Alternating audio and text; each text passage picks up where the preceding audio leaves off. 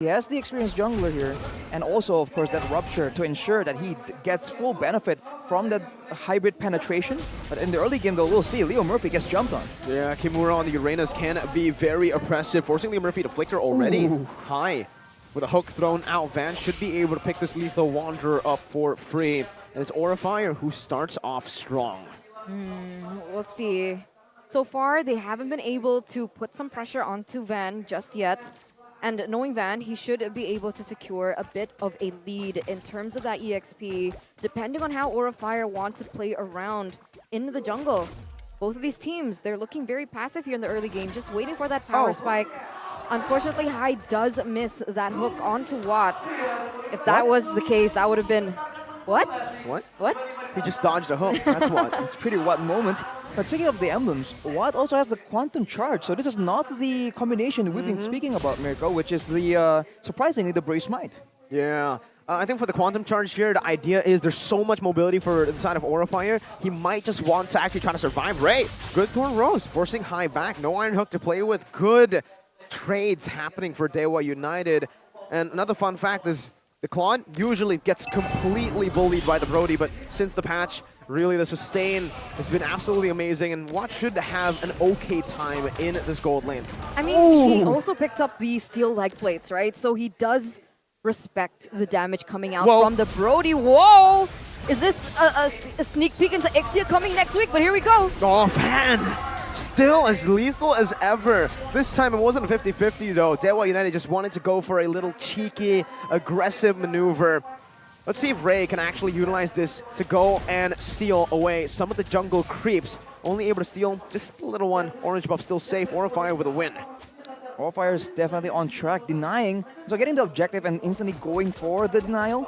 Now, I think they have to just wonder, what do they want to do? Do they want to shut down Dixon on the Fredrin to try and ensure that there's no front line, more pick-up potential for Aura? Do they want to try and shut down Watt? Because without a gold laner, a marksman that's doing well, this Uranus is also going to be so difficult to take out. I think Aura needs to try and think up of a concise game plan towards that late game. And I thought that that's what they were trying to do in the early game, right? Try to pressure Watt before that level 4 power spike.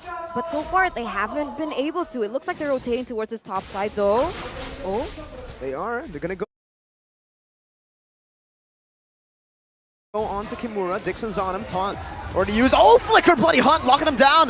Not enough damage. I still think Kimura on the Uranus still able to escape for a bit. 1 HP. Dixon flickering forward. Damage finally enough to pick up first blood. Ray falls as well. Now the airstrike comes down. Van still able to outplay. Tempest the Blaze knocking him up, giving AURAFIRE the opening to get that favorable trade. A 1-for-2 trade for the side of AURAFIRE, pushing them to a 1,000 gold lead. Unfortunately, there isn't too much of any objectives on the map to be able to convert to, as it looks like they are going to try and invade the purple buff coming in from Dewa United. They have to be careful with the positioning coming in from Leo Murphy, however, as we take a look at the in-game equipment. I think for Kimura, it makes complete sense to just go full physical right now. The only real magical damage coming in is maybe Leo Murphy and Keys, and for the most part, he will not be on the receiving end of that, and those damage sources are kind of bursty, not DPS, so he can just, using his kit, using the healing and the regeneration of the Uranus, I think Kimura will just rely on that to withstand the magical damage, and for the most part be trying to itemize against all that physical damage from the side of Dewa United. Right now, it looks like Dewa United, they're going to be able to set up for this first. Leo Murphy! Flicker, the Divine Judgment, locking him down. Even the Bloody Hunt, 2 suppressions, not enough. High still able to escape. Van flies by, picks up the turtle, gets out. Now with another kill. AURAFIRE with a double kill on Van. Complete domination this time in game 2. And there you go, 2 levels ahead. You can even see without that advantage, they would have been able to do much, but here we go. Good flicker out from the Blazing Duet. Dixon with a good Appraiser's Wrath finds the kill. Watt not going to be engaged on, and Van picks up another. Tap of the Blades, knocking Dixon up. Kabuki still dealing damage. Not able to pop in that torn apart memory as Van just styles on Dewa United, flying back to where he came from. Keep in mind though, right now, that is the first tower taken in the game actually, so by all means, there's been a lot of action, but it's a bit of the opposite from game number 1. Objective-wise, not a lot has been happening, so I think Van is very content just waiting out like this. But I think if he wants to actually take advantage of the mobility, he needs, well, his team needs to try and focus and take out some of these objectives and structures so they can use a bit more of that map control. Yeah, that's exactly what he's doing, right? You can see that Brody was able to get a turret there in the top side as well.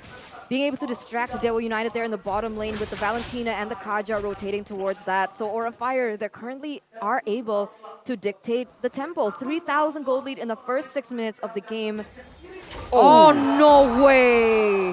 No Beautiful follow-up though. Yeah, impressive, but you know, high mechanics, but no follow-up. I think if he can do that in a better time, that could make a lot more sense because Dixon, he actually goes for the concussive blast. He is not nearly as tanky as Kimura's Fredrin, and that might be an issue, keeping in mind that, yes, Leo Murphy might be building semi-tank with the Kaja, but for the most part, it's going to be in the shoulders of Dixon to try and stall out and accept most of the damage, taking it away from his team. So the concussive blast will give him a bit more damage, but not as much sustainability. Kimura, man, on this Uranus. Honestly, even in my ranked games, I always just ban out the Uranus, the most annoying hero in MLBB right now, in my opinion. I think Dewa United, banking on the Claude is the way to go at this point of the game. Race too far behind with the third turtle. Oh, Kimura baits the entire team. Still alive, still. Now with the flicker out, it's going to be the Feather Airstrike. Locking case down. He tries to flicker out, but it's an unstoppable. Picked up, and even on the other side, Kabuki.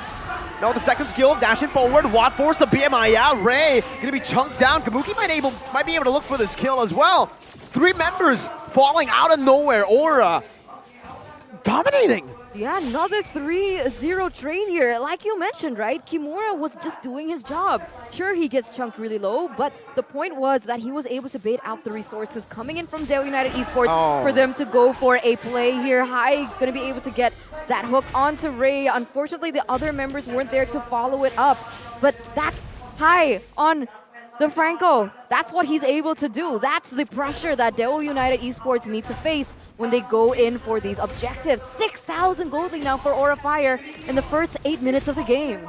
6K gold lead, and unlike game number 1, Leo Murphy is not on a hero that can make that crazy play. They can swing the balance of the game off the back of one hook. So it's going to be a harder situation for Dewa United to come back from. And now what?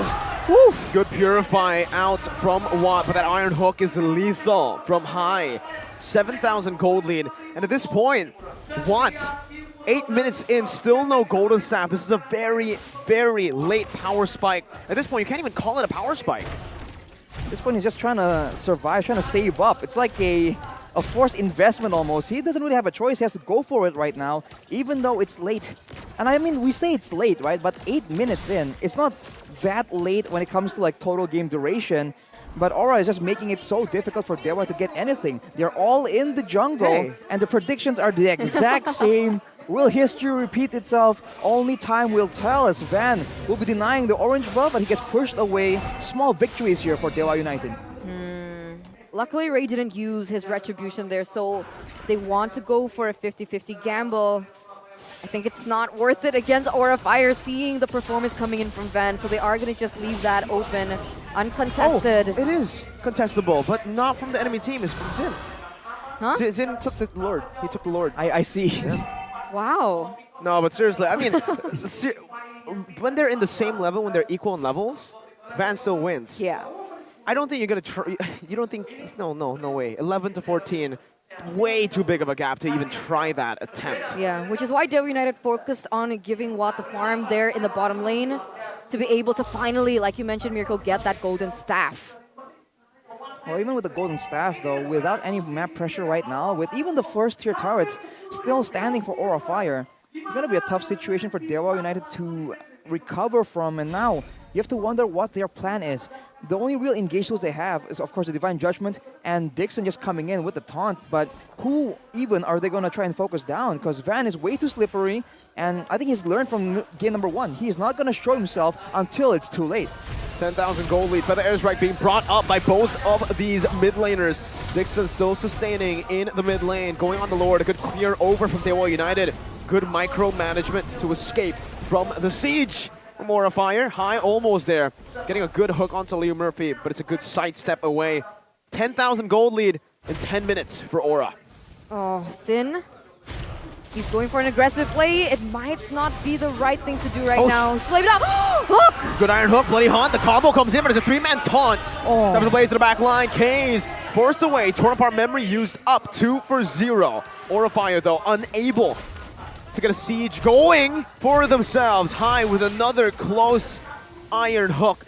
Finally, bottom lane pushing down. Uranus trying to take it. But again, Dewa United are just clearing these waves. They've cleared enough though. Mid lane, I don't think they can do it anymore. AURAFIRE cracks the base open high! With a good flicker, iron hook. K's brought down, sort of on memory, onto the back. Still, a flicker from K's. It does not matter, even to the base. The burst is enough from Aura to pick that kill away, fade away. Look at Kimura, man. He's just standing in the front, taking in all this damage, and they have no solution whatsoever, man. They know that if they try and pile onto Kimura, the comeback is just a lot more devastating from AURAFIRE. Just the counter engage after they use everything on Kimura, and he doesn't even get taken out. Yeah, that's why, right? That's why people have been respecting the Uranus here in this new patch. The fact that he's able to sustain through the damage and do that much, it's insane. Dewa United Esports, they're tunnel visioning onto Kimura, but what else can they do? And this is what I was afraid of. I was afraid that Dewa United Esports, they didn't have enough damage, the DPS, in order to really take Kimura down. And we're actually seeing it now in the 12th minute of the game.